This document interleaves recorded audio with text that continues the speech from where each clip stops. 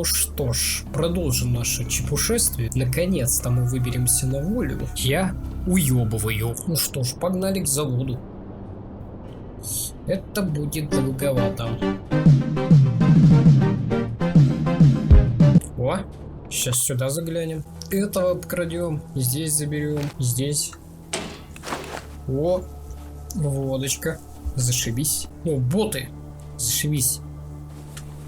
В рыбалке пригодятся. Да если что, по болотам пошариться нормально будет. Зашибись, заглянул. Теперь можно и валить от Седова. Фу, ни хрена себе. На нашу речку похоже. Такое же болото. Погнали дальше. Что-то радиоактивная какая-то земелька, она мне не нравится. Машина уже больно подозрительна. А вот здесь стопудово будет проводочка. Ага, вот щитков тут целая куча. Опа, медь. Цвет мед. Нормально, по 230 граммов один моток проволоки-то. Язык неплохо. Горовинок как-то получу. 50 км. Окей. Я думаю, такую скорость не разовьет. Здорово, мужик. Перед вами стоит мрачный, короткострижный мужчина в черной стеганой куртке. При виде вас он поднимает левую ладонь, явно приказывая остановиться. Перехватив свой видавший виды автомат поудобнее, он опрокидывает вас холодным пристальным взглядом. Да. Здорово, бродяга. Какие ветра тебя к нам занесли? Да вот я путешествую, вот набрел на это место тут, как бы, да. Ого, так ты путешественник. Тут, я думаю, морда знакомая. Прямо вылет Миклуха Маклай. Ну и чего тут здесь забыл? Показать воровской паспорт. Все вот эта бумажечка ни о чем не говорит. Мужчина не без интереса осматривает карту и хмыкает. Наконец он убирает руки с автомата, оглядывается по сторонам и делает пару шагов вам навстречу. Ксива воровская у тебя есть, как я погляжу. Но это уже интересным становится. Где надыбал? В Красноземном? Да, а где еще? Точняк, такие карточки красноземская шерсть печатает. Я их не сильно уважаю, тем более, что наша бригада теперь и как бы и не часть криминального мира. А кто же вы тогда такие?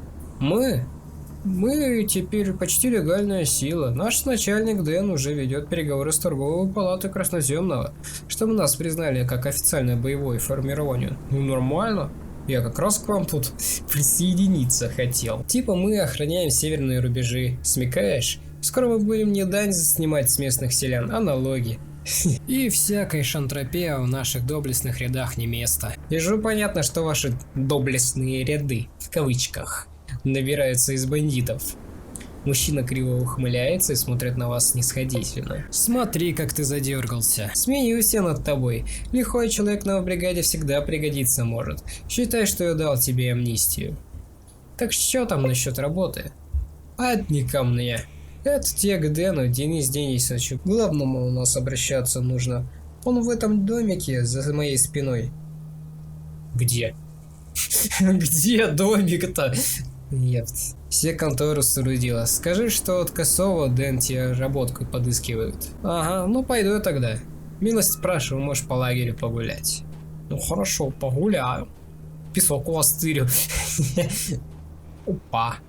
А это на торгаша похоже. Здорово, братиш. Перед вами стоит крепкий смуглый мужчина в заляпанном фартуке. За веревку, которая служит ему поясом, заткнут мясницкий тесак. Где? Где веревка, где тесак? Не понял. Он задумчиво помешивает содержимое подвешенного над костром котла. Скорее всего, это местный повар. Заметив вас, мужчина кивает. Здоров, новичок, за пайком пришел. А еще не положено. Поработай немного на Дэна, тогда пообщаемся. Но если просто нужны лишние пропасы, то можно поторговаться. Это у нас легко. А можно скидочку попросить, пожалуйста? Опа! Сила! Мощь! Тьфу на тебя! Ну хорошо, с меня небольшая скидочка тебе будет. Только другим не рассказывай, а то какой я мягкотелый. То все начнут требовать. Спасибо, а теперь показывай, что у тебя есть. Вот это вот я сбагрю от греха подальше, он меня заманал. Так. А, у него денег нет. С ним и торговать бессмысленно. А мяска и остального я как-нибудь потом добуду. Ладно, давай. Иди в пень. Бесполезный. Были бы деньги, был бы разговор, а так... Толку ноль. А вот и он. Но он, конечно, да, самовлюбленный человек, судя по всему. О, а тебя я как-то не заметил. Здоров, мужик. Ясно. Желтая монетка висит. Ладно, здорово. Перед вами стоит высокий мужчина в пыльном костюме и с кожаной кобурой на поясе. То где? Скрывает. Зачем? Он ярко выделяется на фоне остальных жителей бывшего завода. Прямой осанкой, аккуратной прической и цепкими умными глазами. При виде вас мужчина поправляет свой галстук и произносит уверенным голосом скрипоцой. Цой. Блять. Исмаил. И нет у него галстука. Есть. Нету. Пиздобол. В смысле, у него ж... А где? Что за наебы? Здесь есть. Здесь нет. Блять. Рукой делает. Тьфу. Слушай. Вы случайно не Денис Денисович? Он самый. А ты кто такой? Только настоящее имя говори, а не кличку. Денис Денисович поглаживает свои пышные усы. Ну да, усы у него как щеточка такие прикольные. И смотрит вам прямо в глаза. Вам становится не по себе. Своим холодным взглядом он будто заглядывает прямо вам в душу. А у меня нет души. Я ее продал за денежку. За вот эту вот коробочку с песочка. Я великий Аркаша. Аркаша. Главарь кивает и, достав из кармана пиджака небольшой блокнотик, записывает в него ваше имя огрызком карандаша. Спрятав блокнот, он снова смотрит на вас, явно ожидая, что вы сами продолжите разговор. Меня к вам косой послал, сказал, что можно спросить насчет работы. Раб от слова работа. Именно. Не наоборот. Ах, вот оно как. А почему косой решил, что вы нам подходите? Видишь ли, мы набираем в свои ряды очень конкретный тип людей. У меня был воровской паспорт. Фу, так ты из этих. Надаренному коню в зубы не смотрит. Значит, ты ищешь работу. Именно ее ищу. Вы мне с этим поможете? Работа, работа, работа. Не хочу работать. Но деньги нужны. Эх. Печально это все. Главарь задумчиво приглаживает усы и цокает языком. Есть у меня для тебя работа, точнее проверочное задание. Смотри, сейчас дуй в главный цех. Мы там барак оборудовали, в цехе ищи запертую дверь. Перед ней должны стоять двое моих человек. Обращайся к Шаку. Он проинструктирует, что тебе нужно делать дальше. Будь сделан. Одна нога здесь, другая там. Твоя исполнительность меня радует. Давай, цоп-цобе. Цоп-цобе. Что-то новое. Как закончишь, возвращайся. Поговорим о наших последних перспективах. Ну все, я попиздовал. Видишь, у меня лопата, я опасный. Я сила, я мощь. Я даже могу этот баллончик с песочком стырить. Что-нибудь у вас есть тут подворовать? Будешь мастером? Окей, буду. Че лежишь, братиш, подстрелили, что ли? Реально подстрелили. На койке перед вами лежит крепкий мужчина средних лет. Его бьет мелкая дрожь. Тяжело дыша, он смотрит сквозь вас в пустоту. Широкая грудь мужчины неумело перетянута застиранными желтыми бинтами. Ага. Ты слушай, ты от заражения помрешь, и все. У вас врачи? Прекрасно. Харе пялить так, мужик. Во мне и без того дырок полно, а ты еще одну прожжешь сейчас. Я просто хотел поговорить с тобой. Раненый бандит с трудом приподнимается на локте. Берет взгляд на вас. Ну и о чем ты хотел поговорить? Что это с тобой? Бандит усмехается и тут же кривится от боли. А сам тип слепой. На перо меня посадили. Смешно сказать, кто? Шпаненок лет 15. Нам с месяц назад сорока на хвосте принесла новость. Мол, в сторону Аркадного какая-то совсем мутная бригада движется. Стервятник, понимаешь. Беспредельщик, конченый народ. Такие, которые от встречных деревень пепелища оставляют и колю с головами местных жителей на остриях. Нам такая перспектива для Отрадного невыгодной показалась. Все ж кормимся от него. Ну и вышли, значит, с убедительным ударом. Нычку в рощице оборудовали. Дождались наших гастролеров, пока мимо проедут на повозках своих. Открыли огонь, чуть не половину положили, прежде чем они очухались. А другая половина, ну ёптать, беспредельщики. Нет, чтоб запаниковать, разбежаться, они на нас в рукопашку двинулись. Все с ножами, с дубинами, с кольями. Мало кого даже самопал был под рукой. Совсем дикие. Хоть мы в итоге и положили всех, тактика эта нас за яички самую малость пощупала. Неожиданно ведь. Когда на тебя в перестрелке какие-то чумазые с ножами бежать начинают. У меня патроны вышли, помню. Полез за сменным рожком. Тут меня какой-то бешеный малец и приласкал между самых ребрышек. Я ему череп прикладом разворотил секундой позже. Не скрою. Но череп был уж, скажем так, нанесен. И теперь подыхаю я. Эх. Не бросили пацаны, рану промыли, заштопали, перелезали как могли, но это все не дело, понимаешь? Не жилец я уже, тут настоящий доктор нужен, да военный, вроде того, что в деревне нашей обитается, Микоян его фамилия. По-моему, да только разве что он придет, а силы приволочь, так еще перережет раньше срока. Он мужик принципиальный, нашего брата лютой ненавистью ненавидит. Я мог бы перетолковать с доктором Микояном. Ваш собеседник смотрит на вас глазами полными недоверия. Ты это серьезно, приятель? Смотри, без минуты мертвецов разводить. Резона мало, а уважение пострадать может. Но если ты серьезно, за мной не останется. Все бабло, все маслята, все забрать сможешь, ёпта. Да хоть в одних трусах меня оставить можешь, если только реально помощь приведешь. Ничего не обещаю, но можно попробовать. Раненый бандит кряхтит и с трудом приподнимается на локтях. Будь другом, по гроб буду обязан. Ну пойду поищу доктора. Удачи. Ща быстренько сгоняем. Денег дадут. Патронов дадут. Всего дадут. Хоть бы пизды не дали. Погнали. За доктором Микояном. Микояна, я иду. Микояновна. Бегом в отрадное обратно. Харчевни может что-нибудь есть похавать. За барной стойкой харчевни увидеть мускулистого здоровяка. Он деловито уплетает содержимое консервной банки и не сморщись запивает еду водкой. Лицо этого человека кажется вам знакомым. Ну конечно, это еще один кадет Атома.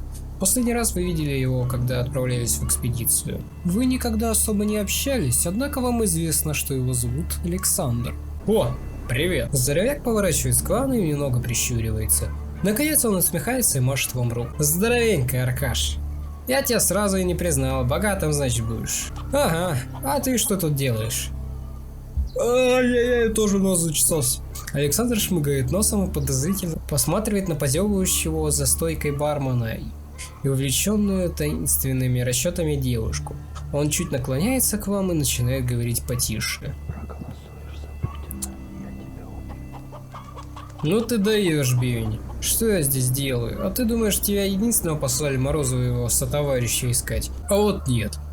Нас просто в разное время отправили. Тебя пораньше, а меня чутка попозже. Вот сам только набрел на эту деревню. Ладно, поговорили и хватит. Удачи. Быстро я от него отделался. Стоп. Чё это? А. Я думал, карлик какой-то. Ну да ладно. Чё у тебя есть пожрать? Пожрать. Хочу пожрать. Мясо. 1. 19 гривен. На. Нормально. Все, ща пожрем. Сначала поговорю только с доктором Микояном. Вот здесь пожрем. Есть тут один пациент для вас, доктор. Доктор Микоян удивленно смотрит на вас. Это вы о себе так, в третьем лице, молодой человек? Можно ли спросить, с какой стати? Да не особо, док. Тут на местном заводе пацан лежит. Подрезанный. Спасать надо. Доктор Микоян отшатывается от вас. На его лицо видно возмущение. Не вижу. Исключительно. Абсолютно исключительно. Чтобы вы мне не сказали, я доктор. А не лепила. Вы действительно полагаете, что я стану помогать одному из тех, кто сделал жизнь всего этого поселка адом на земле? Вы ставите меня в неловкое положение, Константин. Я признаюсь, что вы создали у меня впечатление положительного человека. Я не хотел бы вас подводить, но то, о чем вы просите, это уже слишком. Я использую свой навык интеллекта. Опа, а у меня его нет. Иногда, чтобы спасти жизнь, недостаточно просто выдавить лекарство, доктор Микоян. Доктор смотрит на вас с иронической усмешкой, которая вскоре сменяется выражением полной серьезности. Доктор смотрит на вас с иронической усмешкой, которая вскоре сменяется выражением полной серьезности. Черт с вами, молодой человек. Это авантюра против всех принципов, по которым я живу. Но я сделаю это. Не ради пациента, разумеется, но ради вас. Ведь вы по сути пострадаете просто за то, что пообещали найти помощь для больного. А старый доктор заортачился в неподходящий момент. Отправляйтесь в лагерь бандитов, я двинусь за вами следом. Нужно только собрать саквояж. Спасибо, доктор, я всегда в вас верил. Что-то я не так начал озвучивать, надо было наоборот. Ну ладно. Пойдем чепушкать обратно. Только курочку поджарю на местном костерочке, где-то тут я видел. Где? Во. А с этим говорить не стоит. Так чисто огонь его. Бревно его украду.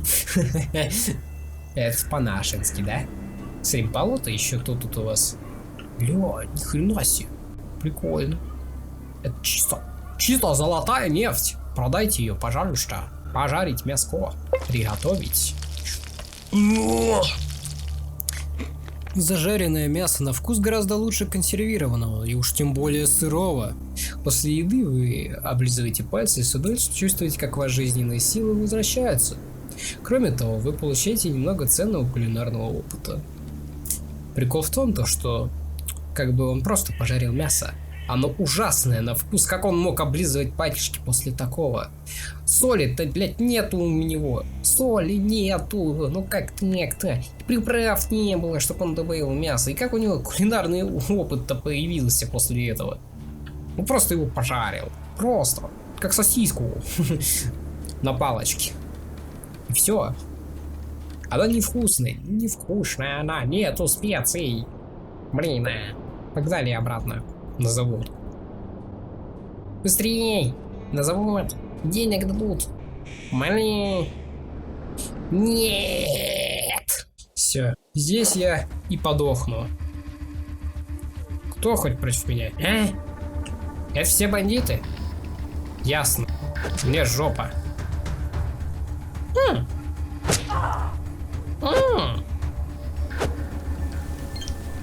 Все.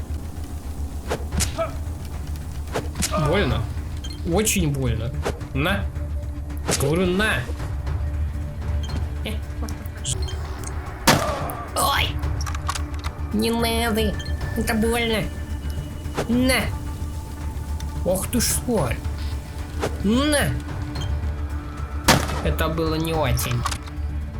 Сдохни, тварь. Сдохни. Сдохни, я говорю. Да ты дебил, да убейте его. Ну в упор же воюешь, ну попади. Конечно, ну конечно. Не сдохни, пожалуйста, дебил. На, ну 43%, ну попадите. Все. Мощь. Непобедимая сила. Челик в фольге. Блять, фанатик. Шапочка из фольги. Верная помощница любого уважающего бойца со всемирными заговорами. Плюс 5 к защите от микроволнового сухого эффекта. Ясно. Самопал. Прикольно. Не. Ну, и опыта получил, и херни какой-то. Как там? Не очень. Не очень. Ботинки выкинуть. Они ничего не весят. Не. Что еще выкинуть? О, водички выпить. Бульк. Нормально. Еще выпить. Все, зашибись. Странно, почему, вливая воду в себя, я становлюсь легче. Ну да ладно. Это мы оставим за затворками этой игры. Вот мы и вернулись на завод. Сейчас нам дадут денег. Денег дадут. Денег. Давай быстрей. Залетаем. Доктор здесь, зашибись. А с ним мы поговорим уже в следующей серии. А пока, всем спасибо за просмотр, подписывайтесь, ставьте лайки. До новых встреч.